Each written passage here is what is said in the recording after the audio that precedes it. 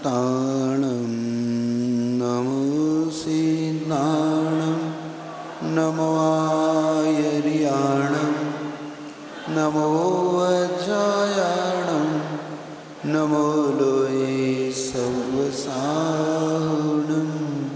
बोले अतिशयकारी शंभुनाथ भगवान की जय। जगत पूज गुरुवर आचार्य विद्यासागर जी महाराज की जय। आचार्य भगवान समय सागर जी महाराज की जय। वीर सागर महाराज की जय। जय बोले गुरु श्री विशाल सागर जी महाराज की जय। समस्त मुनि संघ की जय। हम इस कर्मों की व्यवस्था को समझने का हम पुरुषार्थ कर रहे हैं, क्योंकि जैसा हम करते हैं उसके अनुसार हमारा जीवन हमें देखने को मिलता है।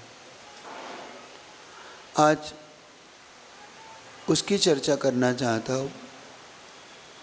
बहुत बार यह जीव अकाल की गोद में क्यों समा जाता है, अकाल मृत्यु क्यों हो जाती है, पूरा जीवन किन कारणों से इस जीव का नहीं बीत पाता, ऐसा क्यों होता है इस जीव का।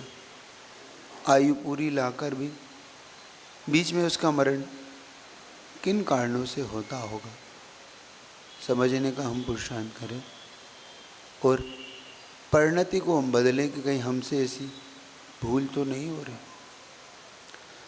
जिन जीव ने कभी किसी को अभयदान ना दिया हो,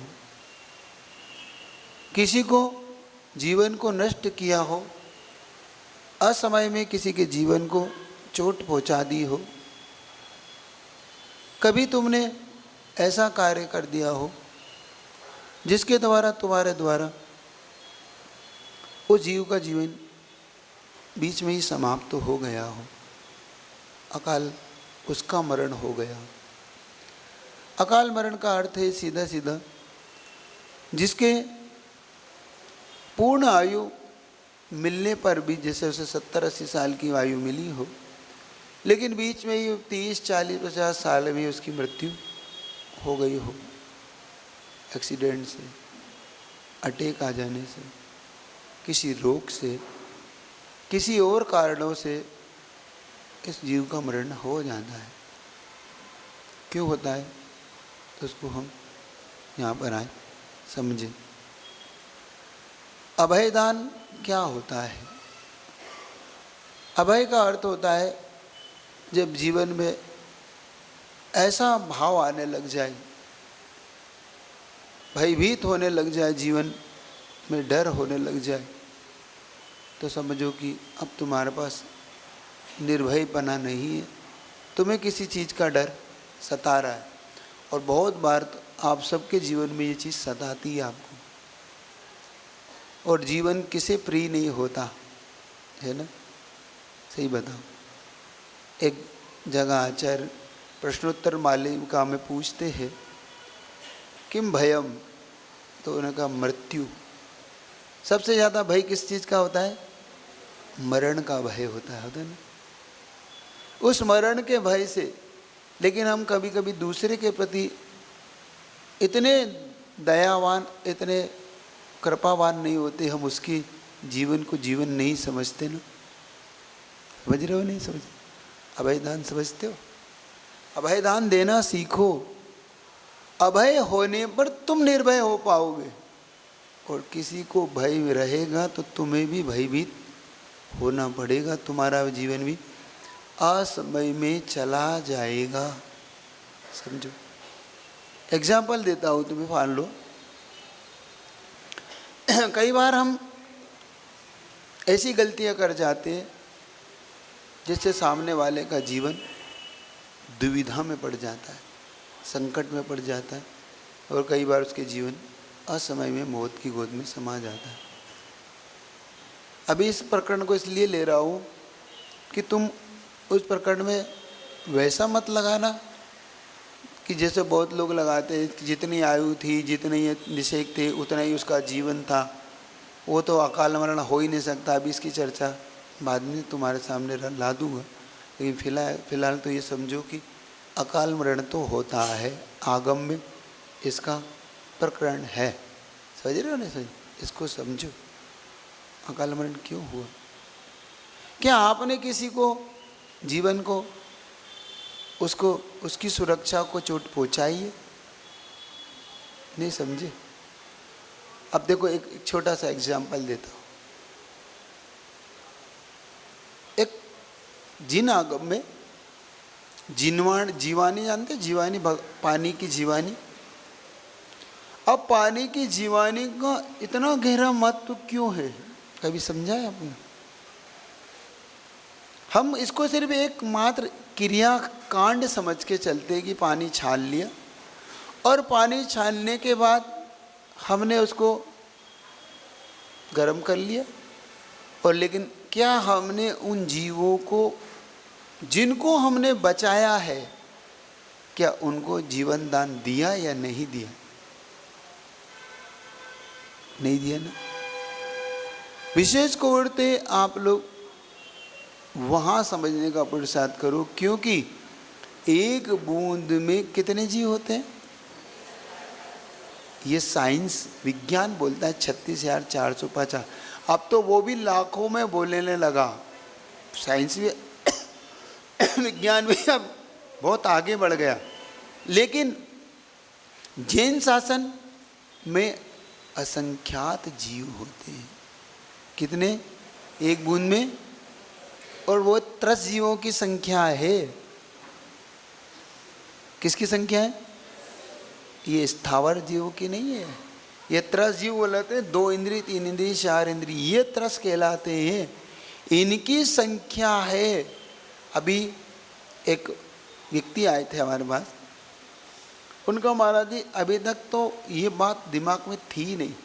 जब अभी बायोस्कोप आता ना आपका, उन्होंने कहा महाराज अभी इसको साइंस में, विज्ञान ने, वैज्ञानिकों ने उसे 1 नहीं 2 नहीं 1000 नहीं 1 लाख गुना करके जब देखा पानी की बूंद को, तब तक तो उन्हें बहुत तो दिखा नहीं, लेकिन जैसे जैसे वो बड़ा होता गया तो ऐसे जैसे करोड़ों जीव ऐसे बिलबिला रहे हो। एक बूंद पानी में बता रहा हूँ, वो कभी वो तुम्हें वीडियो में दिखाने प्रयास करूँगा। हम समझे क्या हम उन जीवों को अभयदान दे रहे हैं या नहीं? एक बड़ी घटना है। इसे हम सिर्फ सहज या इसे हम यूं ना समझें, इसकी बड़ी और ये आगम से सिद्ध घटना है। क्योंकि कई बार हमारा इन चीज़ों पर विश्वास नहीं होता। फिर भी एक बात कहता हूँ, सूक्ष्म जिनोदितम तत्वम हेतुर्व्यूना हन्यते आज्ञा तर्री तत्सिद्धि न अन्यथावादिनो जिना।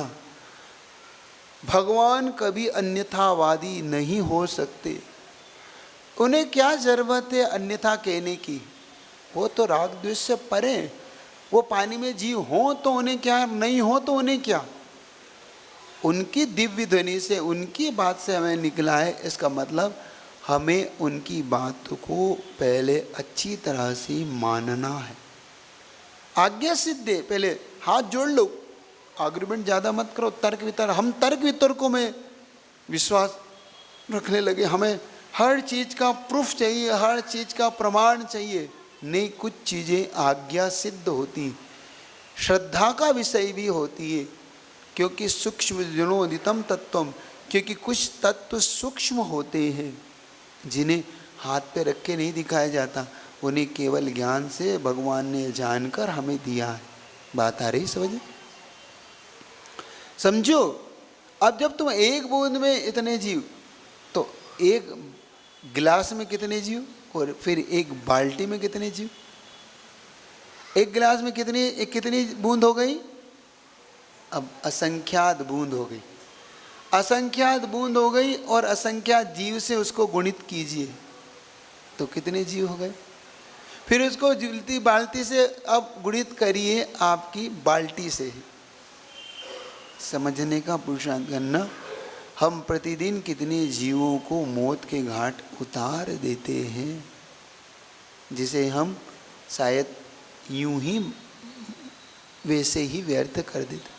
हम समझे, ठीक है कुछ चीज़ें तुम्हारे लिए क्षम्य हो सकती है, लेकिन क्या हमारी भाव अहिंसा भी हमसे नहीं पल सकती?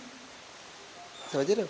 द्रव्य अहिंसा नहीं पल रही है, लेकिन भाव अहिंसा के लिए भी हम तैयार नहीं होते।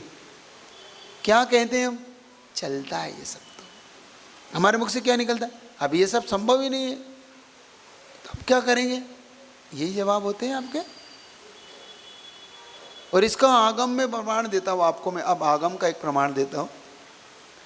एक बार एक सेठ जी जीवानी जानते हो? पहले जीवानी करना भी जानते हो? पहले तो ये बताओ तुम लोग, पानी को छानना जानते हो या नहीं जानते हो?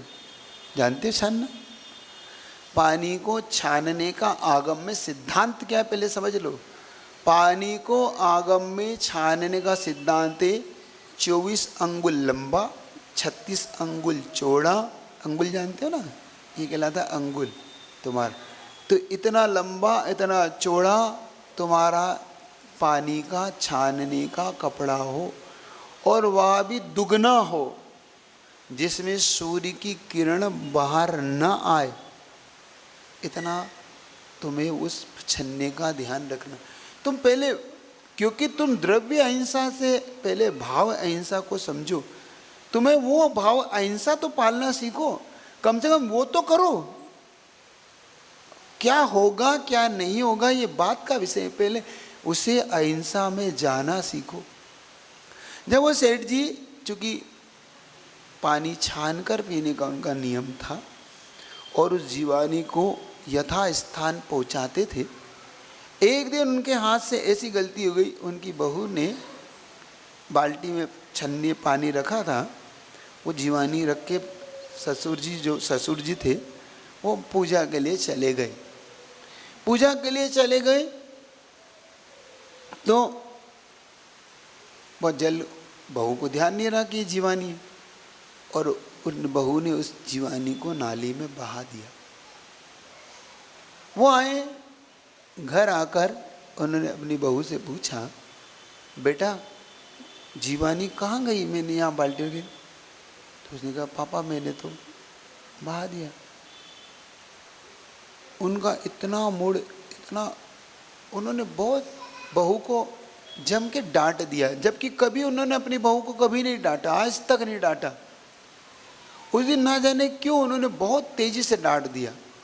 तुम्हें इतना विवेक नहीं है, तुमने ऐसा, तुमने एक घोर पाप कर दिया, इस तरीके के शब्दों से डांट दिया। बहू को समझ में बात नहीं आई कि बात ऐसी क्या है, इसमें ऐसा क्या हो गया।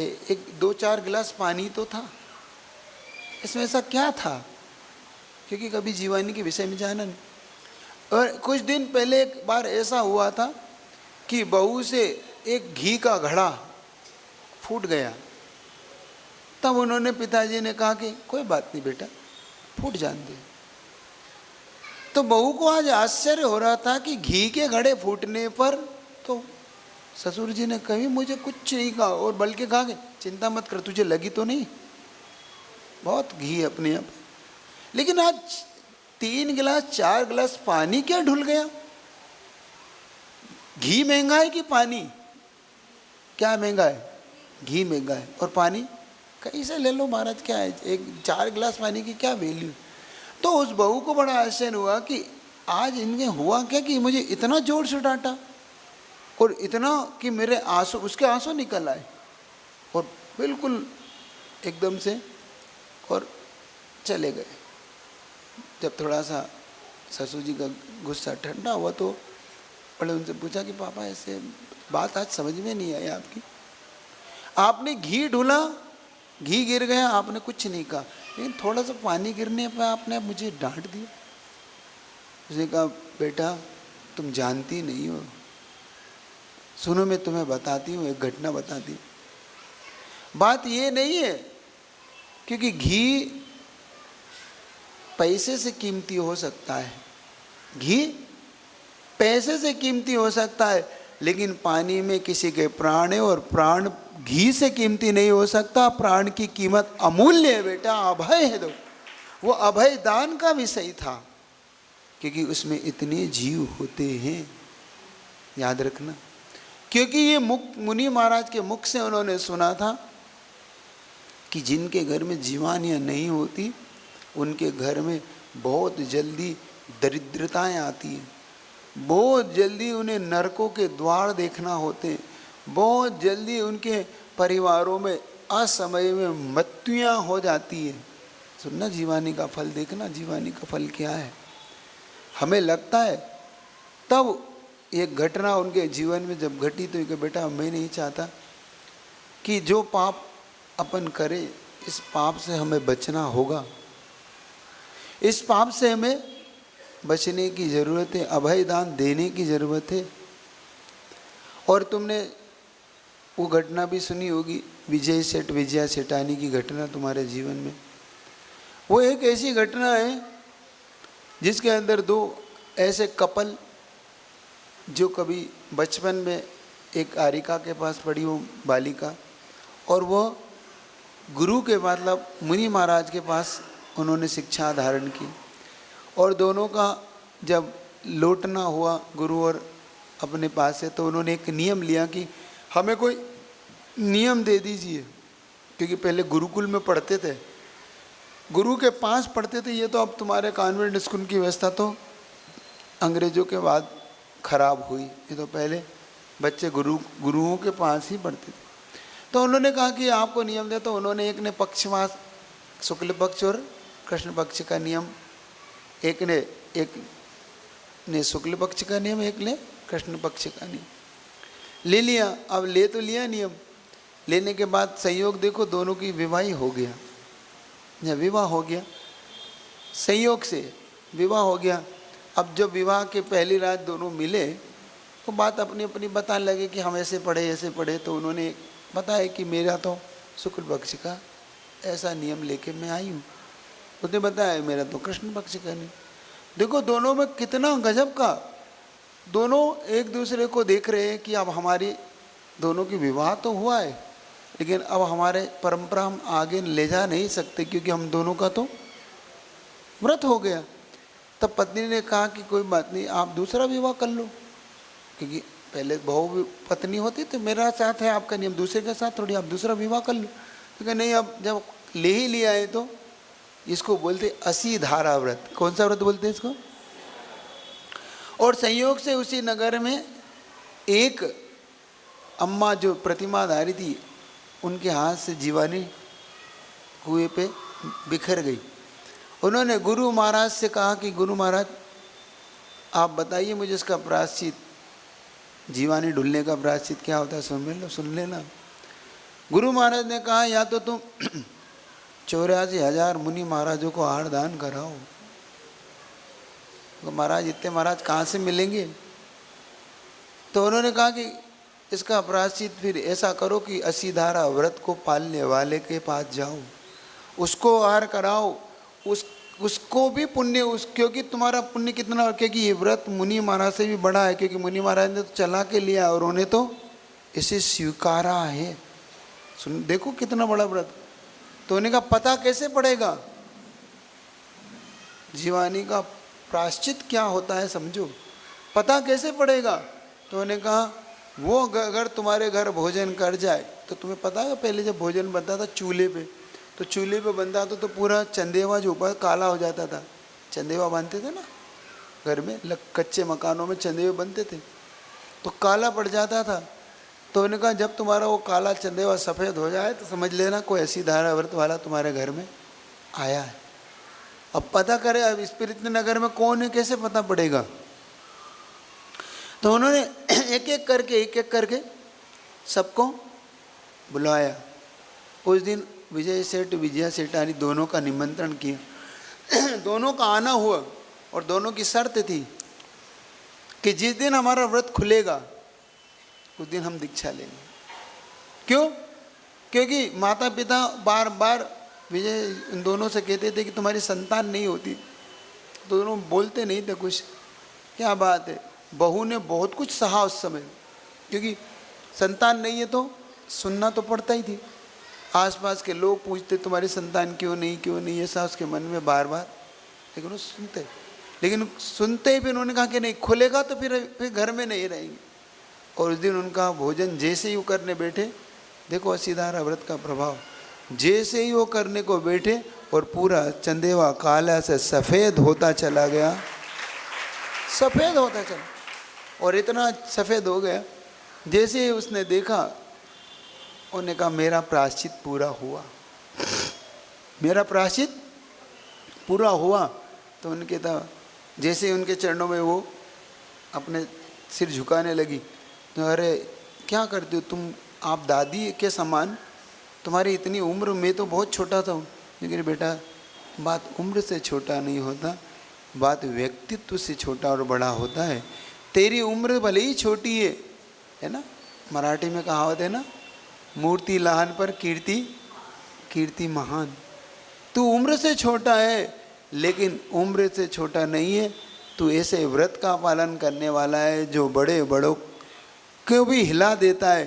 बता बेटा तू असीधारा व्रत का धारी है ना। तो वो सोचता है, विजय सेठ सोचता है ऐसे किसने बताया, मैंने तो किसी को नहीं बताया। तो अपनी पत्नी की तरफ देखता है, शंका ने कहा तुमने, वो कहती मैंने भी नहीं बताया। तो पूछता है कि अम्मा ये बताओ तुम्हें कैसे पता कि मैं कोई व्रत का धारी हूँ। क्योंकि बेटा तू चिंता क्यों करता है, तू नहीं बताएगा तो क्या हुआ, तेरा अतिशय तो बताएगा कि तू ऊपर व्रत का धारी है। देखिए देख मेरा चंदेवा, ऊपर देखता है, क्या हुआ, ये वही चंदेवा जो काले से सफ़ेद हुआ है। पता है गुरु महाराज ने मुझे बताया था कि जिस दिन तुम्हारे घर में ऐसा व्रती आ जाए उस दिन तुम्हारा चंदेवा सफ़ेद हो जाएगा। बेटा आज तू मेरे घर आया है। वो दोनों वहाँ से दीक्षा ले लेते, दोनों निकल जाते फिर घर छोड़ के। लेकिन तुमसे ये कहना चाहता हूँ कि किसी के जीवन को तुम दे नहीं सकते, लेकिन किसी का जीवन लेने का अधिकार नहीं है। आप जीवानी, आप किसी को अभय देना सीखो। विशेष तौर से कह रहा हूँ, जब आप तुम आहार दान के लिए जल लेते हो, अभी मैंने सुना है तो इसलिए कह रहा हूँ, तुम जीवानियाँ नहीं देते हो, बहुत से चौकों से जीवानी नहीं जा रही है। तब मुझे मन में आता है कि देखो ये अभयदान, इनको अब तो साक्षात मिलने पर भी नहीं देते। तुम्हारे घर में जीवानी होना नहीं चाहिए, तुरंत 2-3 दिनों के अंदर, 1-2 दिन के अंदर वो जीवानियाँ अपने स्थान पर पहुंचना चाहिए। वो जीव उसी कुएं के हैं, उसी कुएं में जाना चाहिए, क्योंकि जिस कुएं से जल लिया गया है उसी कुएं में वो जीव जाना चाहिए। ये भी ध्यान रखना, उस कुएं से दूसरे कुएं में तुम जीवानी नहीं डाल सकते, ये बात याद रखना। क्योंकि उस वातावरण में वही कुएं से वो जीव बचेंगे कि उनकी वहीं पर उत्पत्ति का योनि स्थान उनका वहीं है, उसी जल के अनुसार। इतना तो करा करो, नहीं तो असमय में बहुत सारे ऐसी चीज देखने को मिल जाएगी तुम्हारे जीवन में। समझ रहे हो, अकाल मरण, दरिद्रताएं, दुख, पीड़ाएं, असमय में ऐसे ऐसे कष्ट आते हैं जीवन में। ये अहिंसामय धर्म है, इसकी जितनी इस अहिंसा धर्म की विशेषता है, उतनी इस अहिंसा धर्म को नहीं पालने पर उतना इन जीवन में नुकसान भी है। समझ रहे हो नहीं समझ रहे हो?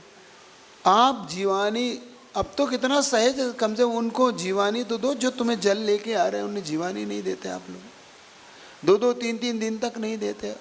आप उनके कार्य में संयोग नहीं करते तो कैसे आपका अहिंसा धर्म पले, कैसे अभयदान दोगे? अभयदान देना सीखो। ये अभयदान देने का तुम्हारा ऐसा विषय है, इसको समझने का पुरुषार्थ करना। ये सामान्य घटना नहीं है, इसके पीछे का लॉजिक समझो, इसके पीछे का तर्क समझो। असंख्यात जीवों की अगर हिंसा हो रही है तो तुम्हारा धर्म करने का प्रश्न चिन्ह लग जाता है कि तुम कैसे धर्मात्मा हो। या तो तुम महाव्रती हो जाओ, सुन रहे हो कि नहीं, या तुम के योग्य पुण्य कमाना चाहते हो। क्योंकि अगर तुम कर लिया तो बहुत जीवन में बड़ा बदलाव देखने को मिलेगा आपको। ये जल छान कर देना ये सिर्फ सामान्य क्रिया नहीं है, बड़ी क्रिया है। मैं किसी का नाम मुझे पता भी नहीं है और लेना भी नहीं चाहता, लेकिन जिसने जीवानी नहीं दी और इधर उधर की तो प्रायश्चित का भागी तो है। क्योंकि पहले दिन मैंने संकेत दिया था ना कि आप सब जीवानी देना है आप सबको, तभी तुम्हें जल लेना है दोबारा। तुम दूध के लिए ढूल जाए कोई बात नहीं, लेकिन इस जल की कीमत वैल्यू समझो। असमय में क्यों अकाल के उसमें जाते हो, क्यों अपने आप को संकट में डालते हो, क्यों अपने आप को दुखी बनाना चाहते हो? क्योंकि बाद में इस दुख का कोई उपाय करोगे तो कैसे करोगे बताओ? कितना प्रायश्चित करोगे? कब तक प्रायश्चित करोगे? बात आ रही है नहीं आ रही समझ में आपको? तो आपके द्वारा अब आगे गलतियां नहीं हो चाहिए। अभय दान देना सीखो। कर्म सिद्धांत बता रहा हूं मैं और कुछ नहीं कह रहा हूं। एज यू लाइक, आपको जो करना सो करो। न तुम्हारी मैं शिकायत के लिए कोई कह रहा हूं, लेकिन मेरे लिए जब सुनने में आता है तब लगता है कि देखो एक हम लोगों को कितना सतर्क होना चाहिए, क्योंकि ये महान क्रिया है ये। क्योंकि ये जिन आज्ञा है आपके लिए, आपका सम्यक दर्शन भी इससे प्रभावित होता है, क्योंकि इसमें जिन आज्ञा का पालन नहीं हो रहा है। पानी छान के पीना ये कम से कम तुम्हारी भाव अहिंसा को बढ़ा रहा है। जब तुम छन्ना लगाते हो ना, जब आप छन्ना लगाते हो तो आप एक ऐसी क्रिया कर रहे होते हो जिस क्रिया के माध्यम से एक भाव अहिंसा का पालन कर रहे थे। उस समय तुम्हें द्रव्य नहीं दिख रहा कि जीव कहाँ है, लेकिन तुम्हारी एक छन्ना लगाना तुम्हारी भाव अहिंसा को प्रकट कर देता है। और सुनो, जब तुम छन्ना लगाते हो ना, तुमने कभी रेलवे स्टेशन पर खड़े हो देखा तुमने? जब तुम पानी छानने के लिए जैसे ही तुम किसी बॉटल में किसी गिलास में छन्ना लगाते हो तो पूरी ट्रेन तुम्हें देखती है और पूरी ट्रेन में देख के एक ही आवाज़ एक ही स्वर में बोल देता है, हो ना हो ये भगवान महावीर का भक्त है, ये जैन होगा इसलिए पानी छान रहा है। निश्चित तौर पर ये व्यक्ति जैन होगा इसलिए पानी छान रहा है। और इसके पीछे का एक मैं बता रहा हूँ, इंदौर की घटना बता रहा हूँ।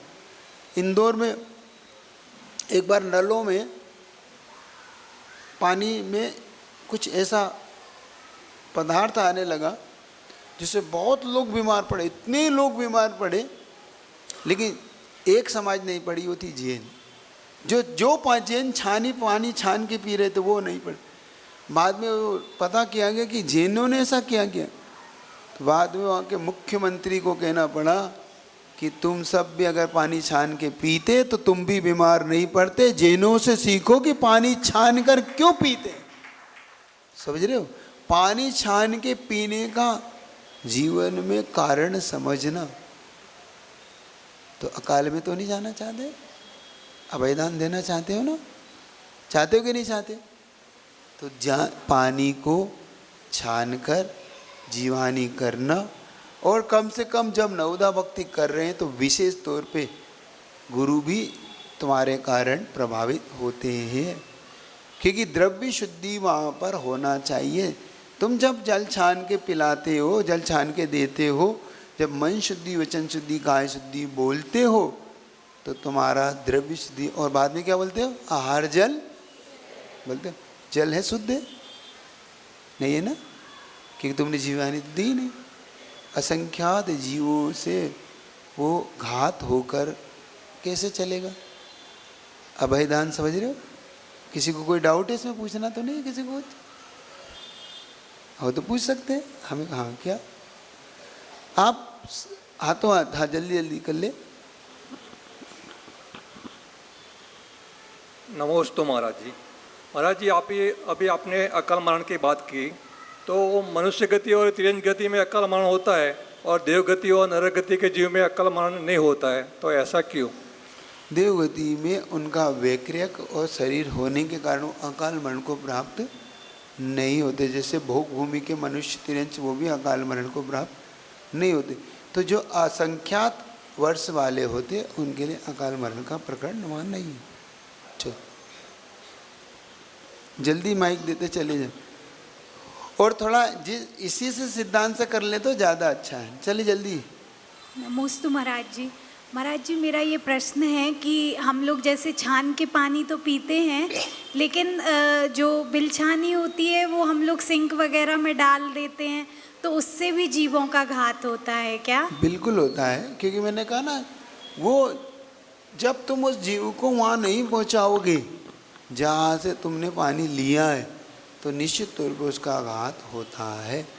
इसके लिए ही तो प्रायश्चित और प्रतिक्रमण, इसीलिए तो व्रत किए थे हो ना, तुम व्रत जो करते हो, इन्हीं कारणों से तो तुम्हें व्रत इत्यादि बताए। तो इसका भी व्रत कर लेना थोड़ा सा जीवन में।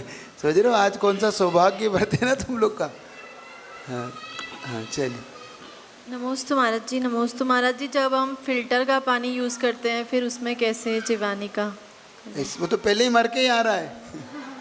फिल्टर के पानी में तो पहले ही जीव मर के, तुम्हारे बोरिंग के पानी में, फिल्टर के पानी में पहले से ही जीव मर के आ रहे हैं। उसको क्या मरे होगा, क्या छानोगे? पर महाराज जी, फिर पानी का टीडीएस बहुत ज़्यादा होता है तो हमें फ़िल्टर यूज़ ही करना पड़ता है। महाराज जी को कौन सा पिलाते हो, फिल्टर का कि समझो तो पानी क्यों नहीं मिलता? मिलता है, लेकिन हमारा प्रमाद इतना है कि हमें आदत पड़ गई है टोटी की। खुल के हमारा पानी ठुले और हमें पानी आ जाए। थोड़ा सा पुरुषार्थशील बनो तो सब कुछ होता है। चल। नमस्ते महाराज जी। महाराज जी, हम जो बारिश का पानी उपवास वगैरह ले जाते हैं तो उसकी जीवानी कैसे करेंगे? बारिश का जल जो ले जाते हैं, बारिश के जीवानी के लिए 3-4 लीटर पानी पहले से एक्स्ट्रा रखिए किसी अलग बर्तन में, फिर उसकी जीवानी को उसी बर्तन में डालते जाइए। थोड़ा सा इसको इस तरीके से करिए तो वहाँ पर उन जीवों को अभय दान के रूप में दीजिए। जब बारिश तेज हो जाए और पानी बहने लगे, बहता पानी होता ना, उस बहते पानी में कम से 2-4 इंच पानी बह रहा हो, उस बहते पानी में फिर उसे बहाइए। इस प्रकार से जीवानी को आपको करना है। अगर हम जिस टंकी से बारिश का जल ला रहे हैं, अगर उसी में हम जीवानी डालें तो उसकी डाल तो दोगे, लेकिन उसमें नए जीवों की उत्पत्ति होने लगती है। उसका कारण ये है, जब आपका कपड़े से उस पानी का स्पर्श होता है तो कपड़े के जो माड़ वगैरह कुछ भी होता है वो उसके साथ चला जाता है, तो वहाँ पे और अन्य जीवों की उत्पत्ति देखा ना, ऐसी वो कीड़े बिलबिलाने लगते हैं, वो उसी कारण से होते हैं। तो वहाँ पे फिर नए जीवों की उत्पत्ति होने लग जाएगी। फिर ऐसे में और नई समस्या आपकी वहाँ पर है। चल हाँ, बस नहीं रखे, करना है, हो गया।